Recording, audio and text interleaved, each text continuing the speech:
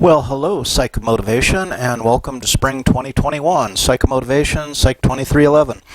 My name is Mark, and I am your instructor for the course. I was so pleased to be offered to teach this course, I don't know, maybe 5 years ago now? So we've been offering it every spring for about the last 5 years. And say hello to Annika. We're in my home. We are doing the distance learning thing. This particular room we're in, I call the Caddick. Why? Well, when my wife and I moved here in '99 so that I could go to graduate school with Ohio State Social Psychology program, and in a short 6 2/3 years earned my PhD, we bought a house, an old brick house. It's 3 stories. It's what I wanted. I wanted to do some work on it. And the attic was bare, so one of the projects right off the bat was to build a master bedroom, suite, bathroom up here, and I did that. So I enjoyed it. It was a bare attic. Did all the plumbing, did all the electrical, put in the floors, walls, etc. So for better or worse, and this is where we hang out at night. This is our sleep spot, and cats figure pretty prominently in our lives. So this is Annika, and she'll probably be one of our regular visitors for the lecture, and we call it the Caddick. Haha, real funny, huh? So let's talk about the course a little bit. This is designed to be an introductory message. Just about everything you can need you'll be able to find on Carmen. I've set Carmen up so that we have modules. So if you go to the module page, that's the best place to be. First thing is the schedule, Zoom meetings, bookstore link. So check all that out. And then you can see, or maybe you can't because Carmen has some pretty small print here. It might not be too visible. But then module, and the module clearly designates that it'll cover lectures 1 through 3. You'll have video lectures available for each module, right? I mean, for each lecture, there'll be video. And I also post the PowerPoint version there, so you have your option of doing it either way. And then the homework assignments will be posted within each module as they're due, right? And our first homework assignment will be due January 23rd, so it allows us to get up to speed. Take a look. Take some time to look at the syllabus. I know people always say that, but read it briefly. And you know, one of the things about online courses is you need to be on top of things, right? So you need to find a way to maintain a calendar. You need to find a way to stick to the schedules. Please go into Carmen and turn on your announcements, because and then they'll push announcements to your email if you put your settings correctly, so that you can know what's going on in the course and how things differ and how they change. The course, what do we got going? Well, we're going to have 2 papers, and you can see that in the syllabus. We're going to have, I don't know, about a dozen homework assignments, maybe 14. I don't remember specifically for this class. We've got a couple discussion boards and quizzes, and the quizzes are going to be open book and open note. I believe they're 20 points each. There should be like 5 of them, but again, check Carmen, check the syllabus, and you're going, why the hell doesn't this guy know what the hell is going on? Well, I do. I set this all up, and I teach 4 different classes each semester. So I'll admit, I kind of get confused between classes. You know, they're all designed similarly, but when it gets down to the detail, the number of assignments, etc., you know, I can be a little fuzzy. Anyway, we're going to proceed through here. We'll have a course assistant, and the course assistant will do about half the grading. I don't like to dump all the grading onto the course assistant, so I do about half and they do about half, and the course assistant and I will negotiate who does what. The course assistant will likely grade your first paper. I will likely grade your second paper. You know, that's the kind of thing the way it works. The course assistant and I never both grade the same assignment, because that could lead to a lack of reliability in the scoring, etc. So we always grade a complete assignment. One of us does one assignment, the other does another assignment. So keep on schedule, and let's talk a bit about motivation real quickly. Motivation has been a field of study for me. I was a late bloomer. I didn't go to college until I was in my 30s, and I was working at a paper mill, and they told me that they would pay for some school if I wanted to go, so I took them up on it. And after a while, I got so fascinated with school, school just grabbed a hold of me, and I said, you know what I'm going to do? I'm going to quit my job, and I'm going to go to school full time. So I finished school, and of course, that came with its own issues. By the time I moved to Southern California, we were living in Washington State, my wife and I.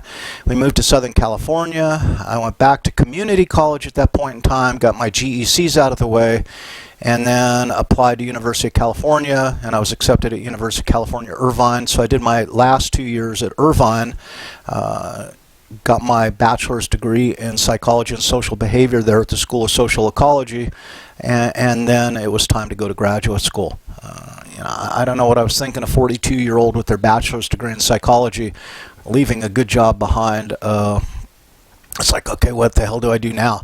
And I thought the best option was to go to graduate school. I applied to a bunch of graduate schools in social psychology. I'm a social psychologist, and I was accepted to several programs. Ohio State was the most appealing, so I'm a victim of the Ohio State social psychology program here. I started teaching in my beginning of my third year at Ohio State as a graduate student, and I haven't stopped since. This fall will be my 20th year. I've also taught at Columbus State for 7 years. I was on the faculty there simultaneous while I was teaching at Ohio State.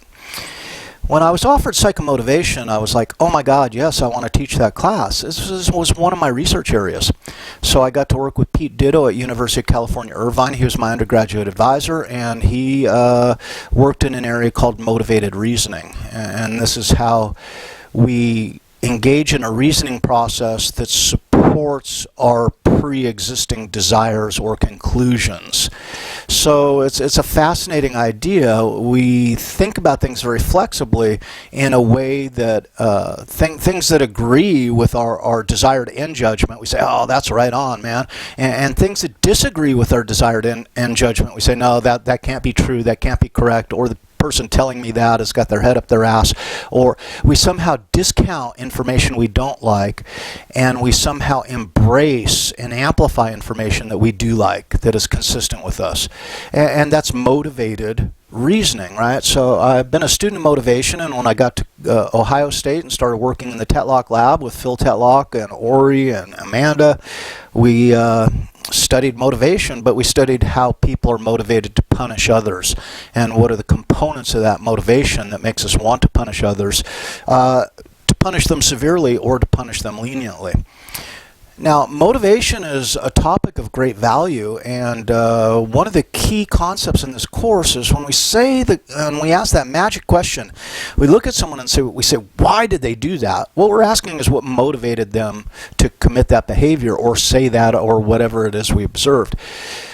We also think in terms of our own motivation. Why are some things easy for me to do, and why are some things so hard for me to do from a motivational standpoint?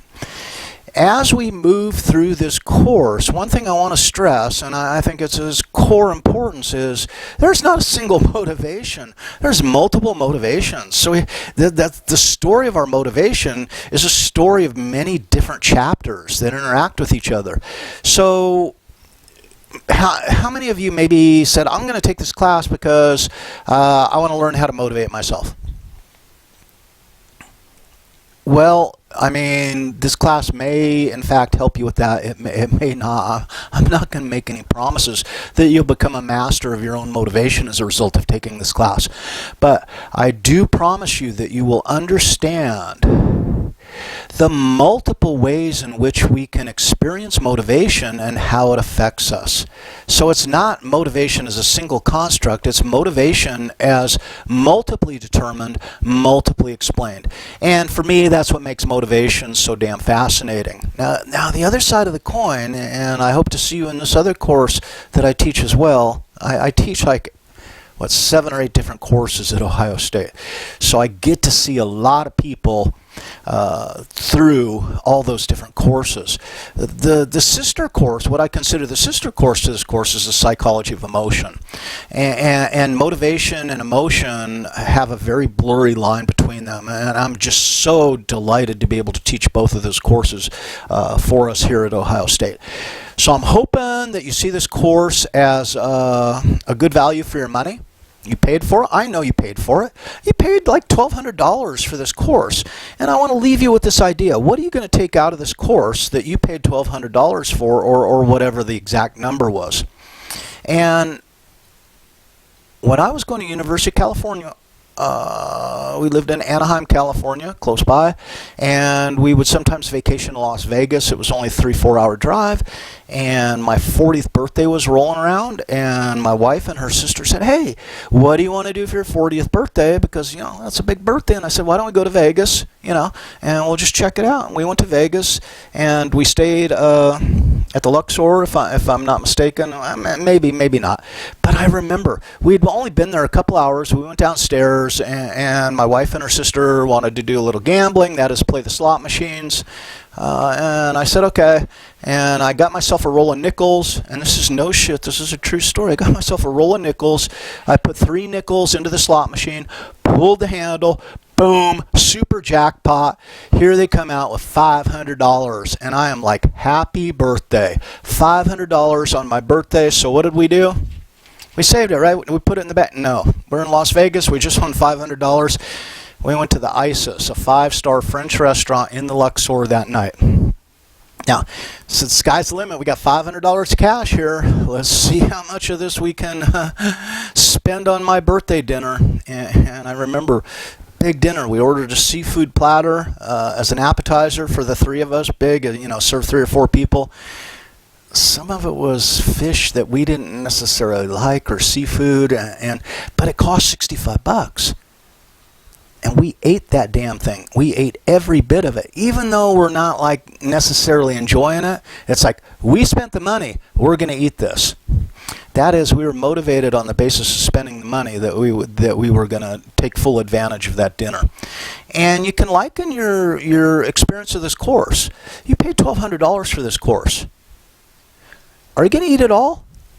Or are you going to say, I don't like this, and push back some of it? And that's up to you. And that speaks to your motivation. It's one of the first kind of ways that you can look at yourself in terms of your own motivation, as to what extent you participate in this course. So I hope to see you in your Zoom session. Check it out in the schedule there. You can see there's Zoom meetings right up there in the first. Check out the schedule, and we can get to know each other more as we go on. So thank you very much for spending your hard-earned dollars on this course, right? I thank you, the psychology department thanks you, and ultimately Ohio State thanks you. So you guys have a great day, and I look forward to seeing you in Lecture 1.